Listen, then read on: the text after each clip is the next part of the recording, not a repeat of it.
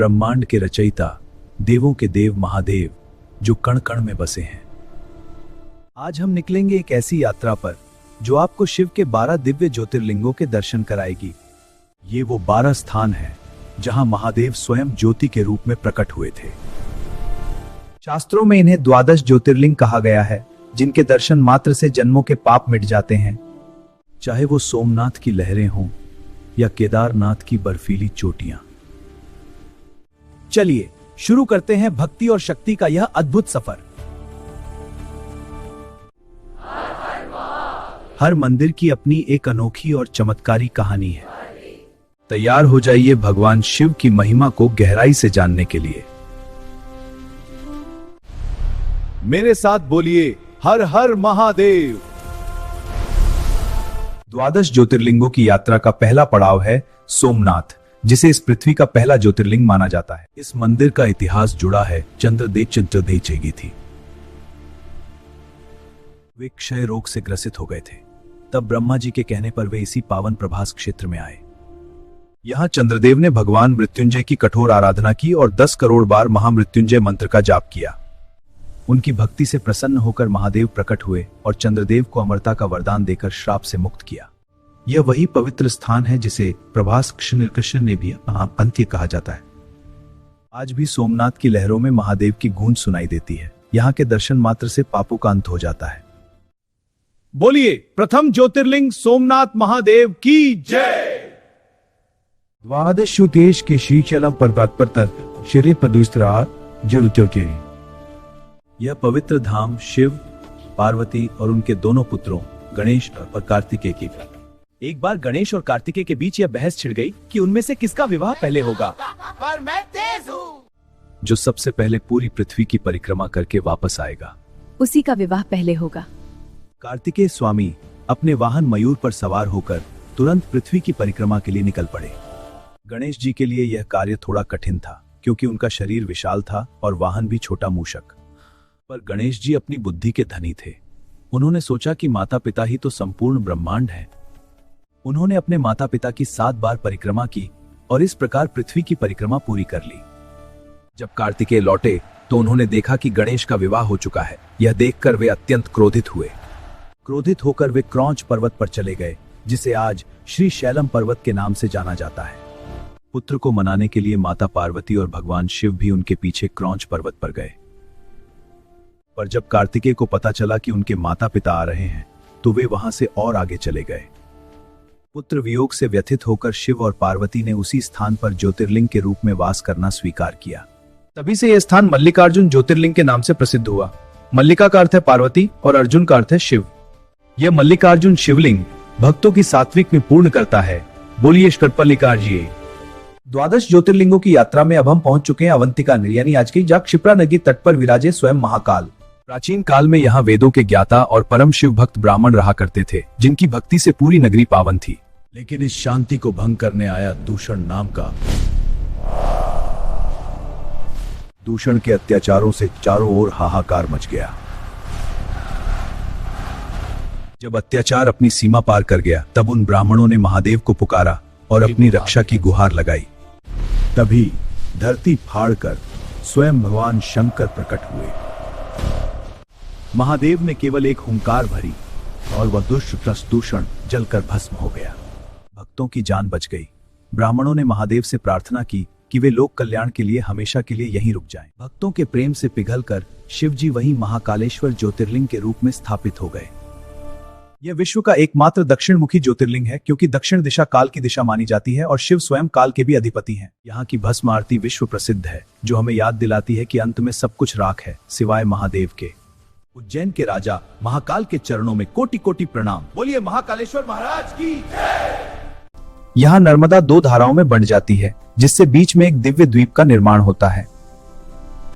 कहते हैं शिव और पार्वती यहाँ रात्रि में चैपड़ खेलते हैं, जिसके प्रमाण सुबह मिलते हैं। यहाँ आने वाला हर भक्त एक गहरी आध्यात्मिक शांति का अनुभव करता है। उनकी तपस्या सफल हुई और वहाँ कई ऋषि मुनि भी महादेव के दर्शन के लिए एकत्रित हुए। विंध्याचल ने 6 महीनों तक मिट्टी के शिवलिंग बनाकर महादेव की घोर तपस्या की। मान्यता है कि यहाँ ज्योतिर्लिंग के दर्शन के साथ नर्मदा स्नान का फल अक्षय होता है। एक कहलाया ओंकारेश्वर और दूसरा ममलेश्वर। ये दोनों अलग होकर भी एक ही ज्योतिर्लिंग माने जाते हैं। उनकी भक्ति से प्रसन्न होकर भगवान शिव प्रकट हुए और इस पर्वत का नाम मानधाता पर्वत पड़ा। मान्यता है कि यहाँ ज्योतिर्लिंग के दर्शन के साथ नर्मदा स्नान का फल अक्षय होता है। ओंकार पर्वत की परिक्रमा करना अत्यंत पुण्यकारी माना जाता है। शाम की आरती और दीपदान का दृश्य ऐसा लगता है मानो स्वर्ग धरती पर उतर आया हो। नर्मदा के रक्षक ओंकारेश्वर महादेव की जय। हर हर नर्मदे। ममलेश्वर ज्योतिर्लिंग नर्मदा के दक्षिण तट पर है, जहां शांति और दिव्यता का वास है। ऋषियों की प्रार्थना पर भगवान शिव ने अपने स्वरूप को 2 भागों में विभाजित कर दिया। ओंकारेश्वर मंदिर मानधाता पर्वत पर स्थित है, जो वास्तुकला का एक अद्भुत नमूना है। एक अन्य कथा के अनुसार विंध्याचल पर्वत ने श्रेष्ठता प्राप्त करने के लिए शिव की आराधना की थी। चौथा ज्योतिर्लिंग ओंकारेश्वर मध्य प्रदेश की जीवनदायिनी नर्मदा नदी के तट पर स्थित है। प्राचीन काल में इक्ष्वाकु वंश के राजा मानधाता ने इसी पर्वत पर कठोर तपस्या की थी। यहाँ की सबसे बड़ी विशेषता यह है कि यह पूरा द्वीप प्राकृतिक रूप से ओम के आकार का है। माना जाता है कि महादेव आज भी यहाँ विश्राम करने आते हैं, इसलिए रोज उनकी सेज सजाई जाती है। हिमालय की अनंत ऊंचाइयों पर जहां हवाओं में भी शिव का नाम गूंजता है, वहीं स्थित है केदारनाथ। पावन मंदाकिनी नदी के तट पर बसा यह धाम साक्षात स्वर्ग का द्वार माना जाता है। 12 ज्योतिर्लिंगों में यह सबसे ऊंचाई पर स्थित है, जो पांडवों की भक्ति की गवाही देता है। महाभारत युद्ध के बाद अपने ही भाइयों के वध के पाप से मुक्ति पाने के लिए पांडव यहां आए थे, लेकिन महादेव पांडवों से रुष्ट थे और उनसे मिलना नहीं चाहते थे, इसलिए वे यहां छिप गए। अंततः शिव ने एक बैल का रूप धारण किया और अन्य पशुओं के बीच छिप गए। पर बलशाली भीम ने उन्हें पहचान लिया और अपना विशाल रूप धारण कर रास्ता रोक लिया। जब भीम ने बैल को पकड़ना चाहा, तो वह धरती में समाने लगा। बैल की पीठ का भाग वहीं रह गया, जो आज केदारनाथ में ज्योतिर्लिंग के रूप में पूजा जाता है। शिव के शरीर के अन्य अंग 4 अन्य स्थानों पर प्रकट हुए, जिन्हें पंचकेदार कहा जाता है। 8वीं शताब्दी में आदि शंकराचार्य ने इस मंदिर का पुनरुद्धार किया, जो आज भी अडिग खड़ा है। साल 2013 में आई विनाशकारी आपदा ने पूरी घाटी को तहस नहस कर दिया था, लेकिन तभी एक विशाल चट्टान मंदिर के पीछे आकर रुक गई, जिसने पानी की धारा को मोड़ दिया। पूरी दुनिया हैरान थी कि सब कुछ बह गया, पर केदारनाथ मंदिर को एक खरोंच तक नहीं आई। सर्दियों में यहां भारी बर्फबारी होती है, इसलिए 6 महीने मंदिर के कपाट बंद रहते हैं। तब महादेव की पूजा नीचे उखीमठ में की जाती है। यहाँ की चढ़ाई कठिन है, पर महादेव के दर्शन की चाह हर थकान मिटा देती है। रात की आरती में जब शंख बजते हैं, तो ऐसा लगता है जैसे समय थम गया हो। केदारनाथ केवल एक मंदिर नहीं, हर भक्त के लिए एक पुनर्जन्म जैसा अनुभव है। पहाड़ों के राजा बाबा केदारनाथ की जय। हर हर महादेव। छठा ज्योतिर्लिंग भीमाशंकर महाराष्ट्र की सह्याद्री पहाड़ियों के बीच घने जंगलों में स्थित है। यहीं से पवित्र भीमा नदी का उद्गम होता है, जिसकी कल कल ध्वनि मन को शांति देती है। प्राचीन काल में यहां भीम नाम का एक महाप्रतापी राक्षस रहता था, जो कुंभकर्ण का पुत्र था। जब उसे पता चला कि उसके पिता का वध भगवान राम ने किया है, उसने ब्रह्मा जी की कठोर तपस्या की और अजय होने का वरदान पा लिया। शक्ति के अहंकार में उसने देवलोक पर आक्रमण कर इंद्र और अन्य देवताओं को वहां से भगा दिया। उसने कामरूप देश के परम शिव भक्त राजा सुदाम को बंदी बना लिया।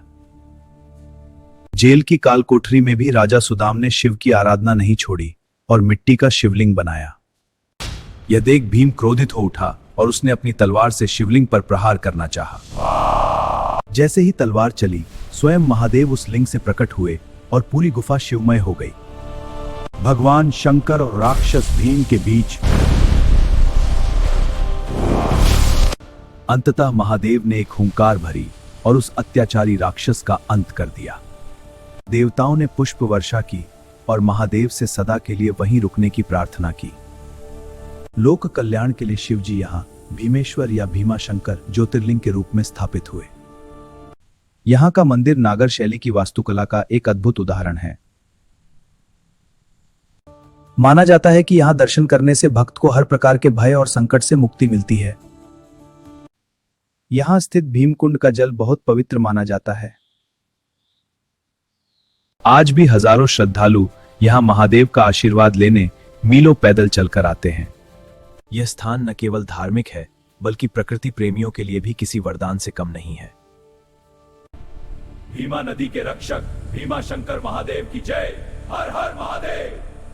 7वां ज्योतिर्लिंग काशी विश्वनाथ, जिसे दुनिया के सबसे पुराने और जीवित शहर वाराणसी की आत्मा कहा जाता है। यह शिव की वह नगरी है जो भगवान शंकर के त्रिशूल पर टिकी है, जहां मृत्यु भी एक उत्सव है। पौराणिक कथा के अनुसार एक बार ब्रह्मा और विष्णु के बीच अपनी श्रेष्ठता को लेकर विवाद छिड़ गया। तभी उनके सामने एक अनंत प्रकाश का स्तंभ प्रकट हुआ जिसका कोई अंत नहीं दिखाई दे रहा था। विष्णु जी वराह रूप धारण कर नीचे की ओर उस स्तंभ का अंत खोजने निकले और ब्रह्मा जी हंस का रूप लेकर आकाश की ऊंचाइयों की ओर बढ़ चले। हजारों वर्षों बाद में से स्वीकार किया कि वे अंत नहीं खोज पाए, लेकिन ब्रह्मा जी ने झूठ बोला और केतकी के फूल को गवाह बनाकर दावा किया कि उन्होंने अंत देख लिया है। ब्रह्मा के झूठ पर शिव क्रोधित हो गए और स्तंभ से साक्षात महादेव प्रकट हुए। जहां यह प्रकाश का स्तंभ धरती को स्पर्श कर गया, वही स्थान काशी विश्वनाथ कहलाया। काशी की इन तंग गलियों में आज भी वही ऊर्जा महसूस होती है जो हजारों साल पहले थी। मंदिर का स्वर्ण शिखर इस बात का प्रतीक है कि शिव ही इस ब्रह्मांड के असली राजा या विश्वनाथ हैं। माना जाता है कि काशी में मरने वाले के कान में स्वयं शिवतार और मोक्ष में पूछ मिलता है। यह वो स्थान है जहां जीवन का अंतिम सत्य यानी मृत्यु महादेव के चरणों में आकर विलीन हो जाती है। आज भव्य कॉरिडोर ने बाबा के दरबार को और भी विशाल और सुलभ बना दिया है। यहां होने वाला रुद्राभिषेक भक्त के मन के सारे विकारों को धो डालता है। हर शाम होने वाली गंगा आरती यहां की दिव्यता को चरम पर ले जाती है। काशी योगियों और साधकों की भूमि है जहां हर कोई शिव के रंग में रंगा है। काशी केवल एक शहर नहीं बल्कि जन्म और मृत्यु के चक्र से मुक्ति का एक मार्ग है। सृष्टि के स्वामी बाबा विश्वनाथ की जय। 8वां ज्योतिर्लिंग त्र्यंबकेश्वर महाराष्ट्र के नासिक में ब्रह्मगिरी पर्वत की गोद में स्थित है। यही वह स्थान है जहां से दक्षिण की गंगा कही जाने वाली गोदावरी नदी का जन्म होता है। प्राचीन काल में यहां महर्षि गौतम अपनी पत्नी अहिल्या के साथ रहा करते थे। जब पूरी दुनिया भयंकर सूखे और अकाल से जूझ रही थी, तब ऋषि गौतम ने अपनी तपस्या से वरुण देव को प्रसन्न किया। वरुण देव ने उन्हें एक ऐसा कुंड दिया जिसका जल कभी समाप्त नहीं होता था, जिससे उन्होंने सबकी प्यास बुझाई। पर ऋषि गौतम की बढ़ती प्रतिष्ठा देख अन्य ऋषि उनसे ईर्ष्या करने लगे। हमें कुछ करना होगा। उन्होंने भगवान गणेश से प्रार्थना की। गणेश जी ने एक दुर्बल गाय का रूप धरा और ऋषि के खेत में चले गए। जैसे ऋषि ने गाय को हटाने के लिए तिनका छुआ, वह गाय वहीं गिर पड़ी और उन पर गौ हत्या का पाप लग गया। इस पाप के प्रायश्चित के लिए ऋषि गौतम ने वर्षों तक महादेव की घोर तपस्या की। उनकी भक्ति से प्रसन्न होकर शिव प्रकट हुए। ऋषि ने उनसे गंगा को यहां लाने की प्रार्थना की। महादेव के आदेश पर माता गंगा यहां गोदावरी के रूप में प्रकट हुई और ऋषि को पाप मुक्त किया। ऋषि और गंगा की प्रार्थना पर शिवजी यहां ज्योतिर्लिंग के रूप में विराजमान हो गए। यहां एक गड्ढे के भीतर 3 छोटे लिंग हैं जो ब्रह्मा, विष्णु और महेश शिव के प्रतीक माने जाते हैं। यहां एक गड्ढे के भीतर 3 छोटे लिंग हैं जो ब्रह्मा, विष्णु और महेश शिव के प्रतीक माने जाते हैं। यह मंदिर काले पत्थरों से बना है जिसकी वास्तुकला आंखों को सुकून देती है। यहां स्थित कुशावर्त कुंड में स्नान करने से सभी रोगों और कष्टों का नाश होता है। त्र्यंबकेश्वर को कालसर्प दोष और पितृ दोष की शांति के लिए सबसे पवित्र स्थान माना जाता है। यहाँ की हवाओं में एक ऐसी शक्ति है जो मन को तुरंत ध्यान में ले जाती है। शाम की आरती में जब पूरा मंदिर दीपों से जगमगाता है तो साक्षात शिव का अनुभव होता है। यहाँ आने वाला हर भक्त अपनी शुद्धि और शांति लेकर लौटता है। गोदावरी के रक्षक त्र्यंबकेश्वर महादेव की जय। 9वां ज्योतिर्लिंग वैद्यनाथ धाम, जिसे कामना लिंग भी कहा जाता है, झारखंड के पवित्र देवघर में स्थित है। इसकी कथा रावण से जुड़ी है। जब शिव प्रकट नहीं हुए तो रावण ने एक एक करके अपने 9 सिर काटकर अग्नि में अर्पित कर दिए। जैसे ही वह 10वां सिर काटने चला महादेव प्रकट हुए और उसके 10 सिर फिर से जोड़ दिए। रावण ने वरदान मांगा कि महादेव साक्षात उसके साथ लंका चले। शिव ने एक ज्योतिर्लिंग उसे सौंप दिया। शिव ने शर्त रखी, रावण, अगर रास्ते में तुमने इसे कहीं भी धरती पर रख दिया तो यह वहीं स्थापित हो जाएगा। रावण लिंग लेकर खुशी खुशी लंका की ओर चल पड़ा, पर देवताओं में खलबली मच गई। भगवान विष्णु की माया से वरुण देव रावण के पेट में समा गए, जिससे उसे तीव्र लघुशंका की अनुभूति हुई। तभी रावण को वहां एक साधारण चरवाहा दिखाई दिया। वह और कोई नहीं, स्वयं भगवान विष्णु थे। रावण ने उस बालक को लिंग पकड़ने को कहा और स्वयं निवृत्त होने चला गया। जैसे ही रावण हटा, उस बालक ने लिंग को भूमि पर रख दिया। लिंग वहीं स्थिर हो गया। वापस आने पर रावण ने पूरी शक्ति लगा दी, पर वह लिंग टस से मस न हुआ। निराशा और क्रोध में रावण ने अपने अंगूठे से लिंग को दबा दिया, जिससे उस पर एक निशान बन गया। सभी देवताओं ने आकर इस ज्योतिर्लिंग की पूजा की और इसे वैद्यनाथ नाम दिया। यहाँ शिव और शक्ति के मंदिर एक पवित्र धागे से जुड़े हैं, जो दुनिया में और कहीं नहीं मिलता। सावन के महीने में यहाँ लाखों कांवड़िए सुल्तानगंज से गंगा जल लेकर 100 किलोमीटर पैदल चलते हैं। पूरा रास्ता बोल बम के जयकारों से गूंज उठता है। माना जाता है कि यहाँ सच्चे मन से मांगी गई हर कामना महादेव अवश्य पूरी करते हैं। यहाँ की आरती भक्त के हृदय में अटूट श्रद्धा और शांति भर देती है। भक्तों की मनोकामना पूर्ण करने वाले बाबा वैद्यनाथ की जय। 10वां ज्योतिर्लिंग नागेश्वर गुजरात के द्वारका तट पर स्थित है, जिसे नागों के ईश्वर का धाम माना जाता है। प्राचीन काल में यहाँ दारुका नाम की एक राक्षसी और दारुक नाम का राक्षस आई थी। उन्होंने शिव भक्त सुप्रिय नामक वैश्य के जहाज पर हमला कर उसे और उसके साथियों को बंदी बना लिया। ओम नायने के बाबी सुपन मत्ताई शिव चौथी जी में ही माती की आराधना शिवा। जब राक्षस को पता चला कि सुप्रिय अभी भी शिव की पूजा कर रहा है, तो वह उसे मारने के लिए दौड़ा। तभी स्वयं महादेव एक बिलगर्त से ज्योति स्वरूप में प्रकट हुए और एक दिव्य सिंहासन पर विराजमान हो गए। महादेव ने अपने अस्त्र से उन दुष्ट राक्षसों का अंत किया और अपने भक्तों को अभय दान दिया। सुप्रिय की प्रार्थना पर महादेव वहीं नागेश्वर के नाम से ज्योतिर्लिंग के रूप में स्थापित हो गए। यहाँ भगवान शिव की एक विशाल और भव्य प्रतिमा है, जो मीलों दूर से ही भक्तों को आकर्षित करती है। नागेश्वर ज्योतिर्लिंग का मुख दक्षिण की ओर है, जो इसकी एक और खास विशेषता मानी जाती है। यहाँ शिव को नागों का राजा माना जाता है, जो कुंडली शक्ति के जागरण का भी प्रतीक है। माना जाता है कि यहाँ दर्शन करने से विषैले जीवों का भय समाप्त हो जाता है और पापों का नाश होता है। यहाँ की हवाओं में शिव मंत्रों का जाप एक नई चेतना भर देता है। द्वारका धाम आने वाला हर श्रद्धालु नागेश्वर महादेव का आशीर्वाद लिए बिना अपनी यात्रा अधूरी मानता है। शाम के समय जब मंदिर दीपों से जगमगाता है, तो यह दृश्य अलौकिक लगता है। शिव पुराण में इस ज्योतिर्लिंग की महिमा का विस्तार से वर्णन किया गया है। यहाँ आकर मन के सारे विकार दूर हो जाते हैं और केवल शिव ही शेष रहते हैं।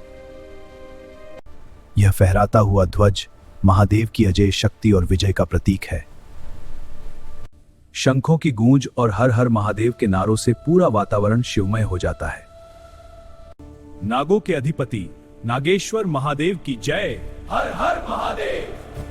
11वां ज्योतिर्लिंगम भारत के दक्षिण छोर पर तमिलनाडु के एक द्वीप पर स्थित है, जो मर्यादा और भक्ति का संगम है। इस ज्योतिर्लिंग की स्थापना स्वयं माता सीता को रावण की कैद से छुड़ाने लंका जा रहे थे। लंका विजय के लिए समुद्र पार करने से पहले श्री राम ने यहाँ महादेव का आशीर्वाद लेने का निश्चय किया। श्री राम ने हनुमान जी को आदेश दिया कि वे काशी जाकर महादेव का एक दिव्य शिवलिंग ले आए। लेकिन पूजन का शुभ मुहूर्त बीता जा रहा था और हनुमान जी को आने में देरी हो रही थी। तब माता सीता ने अपने हाथों से समुद्र की रेत से एक पार्थिव शिवलिंग का निर्माण किया। श्री राम ने उसी रेत के शिवलिंग की पूजा की, जिसे आज रामलिंग के नाम से जाना जाता है। जब हनुमान जी लौटे तो वे दुखी हुए कि वे समय पर नहीं पहुंच पाए। उनकी भक्ति देख श्री राम मुस्कुराए। श्री राम ने हनुमान द्वारा लाए गए लिंग को भी वहीं स्थापित किया और आदेश दिया कि पहले इसकी पूजा की जाए।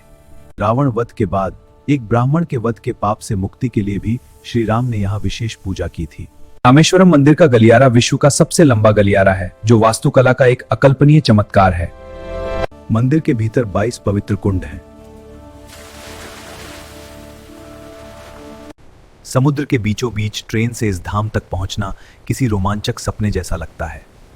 मंदिर के बाहर समुद्र तट को अग्नि तीर्थ कहा जाता है, जहां श्रद्धालु अपनी यात्रा शुरू करते हैं। यहां महादेव और श्री राम की अटूट मित्रता और भक्ति का अनुभव होता है। आज भी यहां राम सेतु के अवशेष मिलते हैं, जो उस महान इतिहास की गवाही देते हैं। शाम की आरती में पूरा मंदिर दिव्य संगीत और मंत्रों से सराबोर हो जाता है। आपका स्वागत है। धन्यवाद महाराज। ये धाम उत्तर और दक्षिण भारत की एक आज यही सच्ची भक्ति है। पास ही स्थित धनुषकोडी हमें याद दिलाता है कि सब कुछ नश्वर है सिवाय ईश्वर की भक्ति के। श्री राम के आराध्य रामेश्वर महादेव की जय। हर हर महादेव। द्वादश ज्योतिर्लिंगों की इस पावन यात्रा का अंतिम पड़ाव है महाराष्ट्र के संभाजी में श्लेष्णेश्वर महादेव। प्राचीन काल में यहाँ सुधर्मा नाम के एक ब्राह्मण अपनी पत्नी सुदेहा के साथ रहते थे, पर उनकी कोई संतान नहीं थी। संतान की प्राप्ति के लिए सुदेहा ने अपनी छोटी बहन घुष्मा का विवाह अपने पति से करवा दिया। घुष्मा परम शिव भक्त थी। वह हर दिन एक पार्थिव की पूजा कर और उन्हें झील में विसर्जित करती थी। महादेव की कृपा से घुष्मा को एक सुंदर पुत्र रत्न की प्राप्ति हुई, जिससे पूरे घर में खुशियां छा गई। लेकिन समय के साथ बड़ी बहन सुदेहा के मन में ईर्ष्या की अग्नि जलने लगी। एक रात ईर्ष्या के वश में होकर सुदेहा ने घुष्मा के पुत्र की हत्या कर दी और शव को उसी झील में फेंक दिया। अगली सुबह घुष्मा को जब इस घटना का पता चला, तब भी उसने अपना धैर्य नहीं खोया और हमेशा की तरह शिव पूजा में लीन रही।